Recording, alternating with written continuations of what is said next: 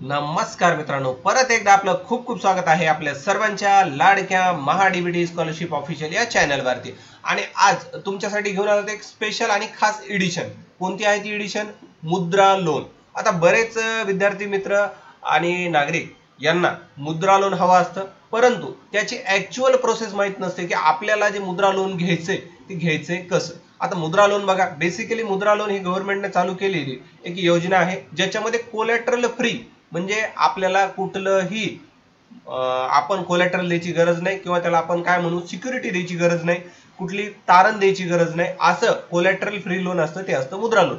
ही पंतप्रधान मोदी यांची योजना आहे आणि याच्यामध्ये आपल्याला लाभ घ्यायचा आहे कसा, यासाठी लागणारी कागदपत्रे कुठली, अर्जाची प्रक्रिया कशी करायची असते, त्यानंतर आपल्याला कुठून मंजुरी मिळते आणि पैसे कसे मिळतात, या संदर्भात सविस्तर माहितीची चर्चा आपण या व्हिडिओच्या माध्यमातून करणार आहोत मित्रांनो। तर सर्वप्रथम मित्रांनो, आपण महाडीबीटी स्कॉलरशिप ऑफिशियल या चॅनलवरती नवीन असाल, अद्याप चॅनलला सबस्क्राईब केलं नसेल तर चॅनलला सबस्क्राईब करा आणि बेलच्या आयकॉनला हिट करा, यामुळे नवीन येणारा व्हिडिओ सर्वात अगोदर तुमच्यापर्यंत पोहोचेल। चला बोलूयात आजच्या विषयाकडे। सर्वप्रथम पहा, मी mudra.org.in या वेबसाईटवरती आलेलो आहे। या वेबसाईटची लिंक तुम्हाला डिस्क्रिप्शन मध्ये प्रोव्हाइड करणार आहे, तिथूनही क्लिक करून तुम्ही इकडे येऊ शकता। आता सर्वप्रथम आपण याला स्क्रोल डाऊन करून थोडं खाली येऊयात आणि इथं पहा की मुद्रामध्ये सद्यस्थितीमध्ये एकूण 4 योजना चालू आहेत। आता कुठल्या 4 योजना आहेत? पहिली आहे शिशु कव्हरेज लोन्स अप टू 50,000, म्हणजे ज्याला 50,000 रुपयापर्यंत लोन घ्यायचे ती योजना आहे शिशु योजना। दुसरी आहे किशोर योजना। आता किशोर योजनामध्ये बघा 50,000 ते 5 लाखाच्या दरम्यान जे कोणाला लोन घ्यायचे त्याला म्हणतात किशोर। आता त्यानंतर आहे तरुण योजना, याच्यामध्ये 5 लाख ते 10 लाख या दरम्यान हे लोन मिळतं। आणि त्यानंतर नवीन एक आता चालू झालेली आहे रिसेंट मध्ये 10 लाख ते 20 लाख तरुण प्लस। तर ह्या एकूण 4 योजना या मुद्रा लोनच्या अंतर्गत येतात। आपण याचे सर्वप्रथम शिशु लोन याला क्लिक करून घेऊयात। आता शिशु लोन मध्ये आपण क्लिक केल्याच्या नंतर आपल्या समोर अशा पद्धतीचे एक इंटरफेस ओपन होणार आहे, ज्याच्यामध्ये आपण सर्वप्रथम याच्यासाठी लागणारे कागदपत्रे आणि याचा फॉर्म कसा भरायचा याची चर्चा करूया। सर्वप्रथम इथे पहा common loan application form for. आता हा जो अर्ज आहे कुणासाठी आहे? किशोर, तरुण आणि शिशु यांच्यासाठी, सगळ्यासाठी कॉमन किशोर आणि तरुणसाठी आहे। आणि शिशुसाठी इथे तुम्हाला फॉर्म दिलेला आहे, तर याला क्लिक करून आपण पाहूया। इथे क्लिक केल्याच्या नंतर बघा हा फॉर्म माझ्या कम्प्युटरमध्ये इकडे डाउनलोड झालेला, मी याला ओपन करून घेतो। आता हा फॉर्म ओपन झालेला आहे आणि याच्यामध्ये काय बेसिक माहिती भरायची ती तुम्हाला मी इथे सांगणार आहे। सर्वप्रथम पहा, हा फॉर्म तुम्हाला अशा पद्धतीने मी जसा डाउनलोड केला तसा डाउनलोड करायचा आहे आणि यासाठी लागणारे कागदपत्रे वगैरे काय ते पण आधी समजून घेऊयात। आता या फॉर्म मध्ये इथे जर तुम्ही वापस आलात तर इथे तुम्हाला एक चेकलिस्ट फॉर शिशु ऍप्लिकेशन या अंतर्गत त्याला लागणारे कागद कुठले आहेत ते शिशुचे आपण पाहूयात। चला डाउनलोड बटनाला क्लिक करा। इथं क्लिक केल्याच्या नंतर तुमच्या समोर परत डॉक्युमेंटची लिस्ट असलेली एक पेज ओपन झालेलं आहे, याला आपण थोडं फुल स्क्रीन करून घेऊयात, म्हणजे आपल्याला लागणारे कागदपत्रे काय आहेत ते समजून घ्यायला मदत होईल। आता बघा थोडंसं मी झूम इन करतो। आता याच्यामध्ये सांगितले की शिशु योजनेसाठी तुम्हाला लागणारे कागदपत्रे कुठली। आता कागदपत्रे आपण व्यवस्थित समजून घेऊयात। इथं बघा सर्वप्रथम proof of identity, self attested copy of voter ID oblique driving licence, PAN, Aadhaar, passport, photo ID issued by government authority. आता आपण याला सर्वप्रथम समजून घेऊयात।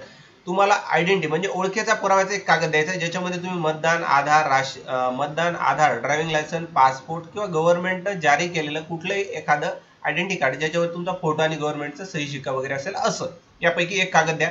त्यानंतर प्रूफ ऑफ रेसिडेन्स म्हणजे तुम्ही राहता त्याचा पुरावा, जसं की पीटीआर, लाईट बिल किंवा आधार मतदान सुद्धा तुम्ही त्याबरोबर देऊ शकता किंवा बँकेचं पासबुक सुद्धा देऊ शकता। त्यानंतर आहेत पासपोर्ट साईजचे 2 फोटो, ते 6 महिन्यापेक्षा जुने नसावे। त्यानंतर quotation of machinery other item to be purchase, म्हणजे काय तुम्हाला जे लोन हवं आहे, फॉर एक्झाम्पल मला एक व्यवसाय चालू करायचा आहे, जसं की मी आता त्याला म्हणतो की मला फोटोग्राफीचा व्यवसाय चालू करायचा आहे आणि फोटोग्राफीसाठी लागणारे जे इक्विपमेंट्स आहेत किंवा जे कॅमेरा आहेत ह्या ज्या गोष्टी आहेत त्याचं मला कोटेशन घ्यावं लागेल। मग ते कोटेशन मला त्या विकणाऱ्या व्यक्तीकडून कोटेशन घ्यायचं आहे।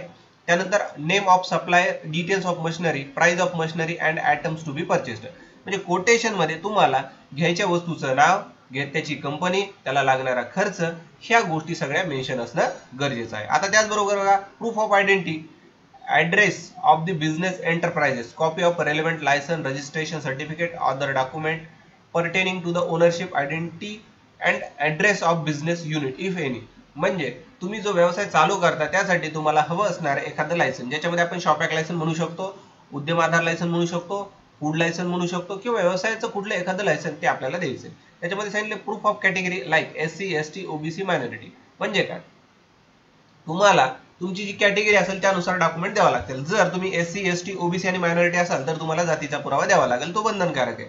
आणि अदर जातीसाठी तो बंधनकारक नाहीये.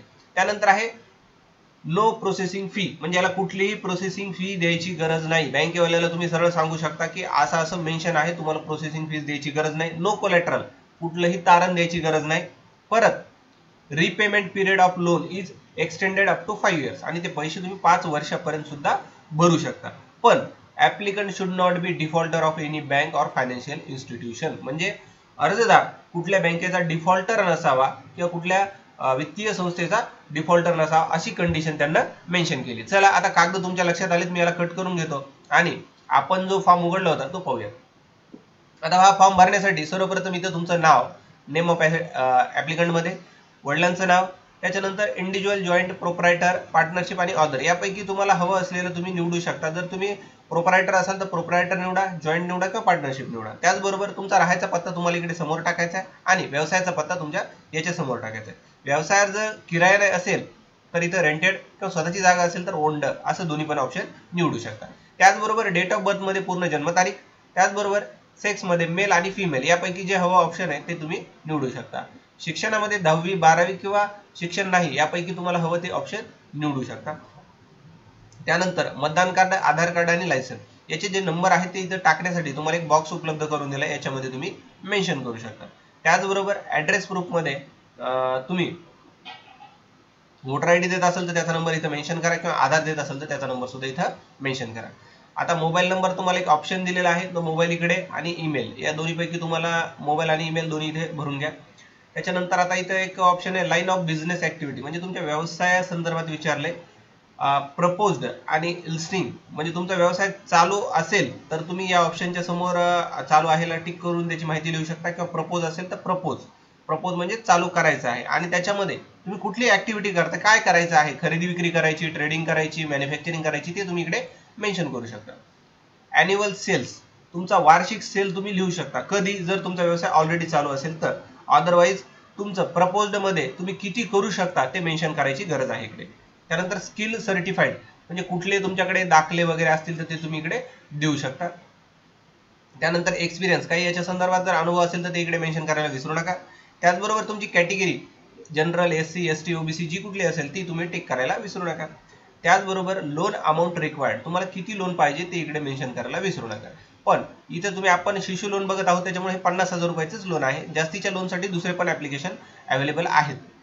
त्याचबरोबर नेम ऑफ बँक, कुठल्या बँकेतून तुम्हाला लोन घ्यायचं ते मेन्शन करा, आणि जर तुम्ही ऑलरेडी लोन घेतलं असेल तर ते मेन्शन करू शकता आणि त्याचा खाते नंबर सुद्धा मेन्शन करू शकता.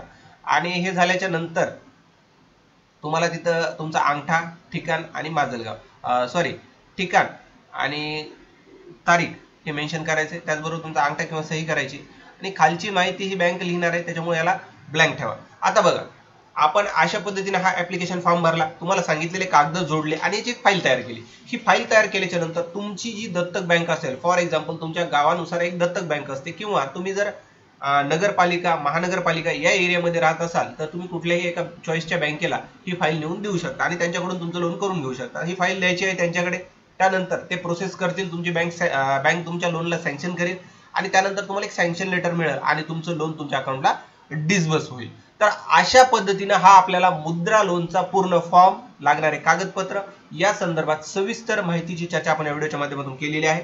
तरी सुद्धा तुम्हाला काही डाऊट्स असतील याच्याबद्दल किंवा नवीन येणारा व्हिडिओ तुम्हाला कुठल्या विषयावर पाहिजे ते तुम्हाला कमेंट करून मेन्शन करू शकता. त्याचबरोबर व्हिडिओ आवडला असल्यास लाईक करा, जास्तीत जास्त गरजू व्यक्तीपर्यंत हा व्हिडिओ शेअर करा आणि अद्याप चॅनलवर नवीन असाल तर चॅनलला सबस्क्राईब करा. तुमचा महत्त्वाचा आणि मौल्यवान वेळ दिल्याबद्दल धन्यवाद मित्रांनो. भेटूयात नवीन एका इन्फॉर्मेटिव्ह व्हिडिओमध्ये.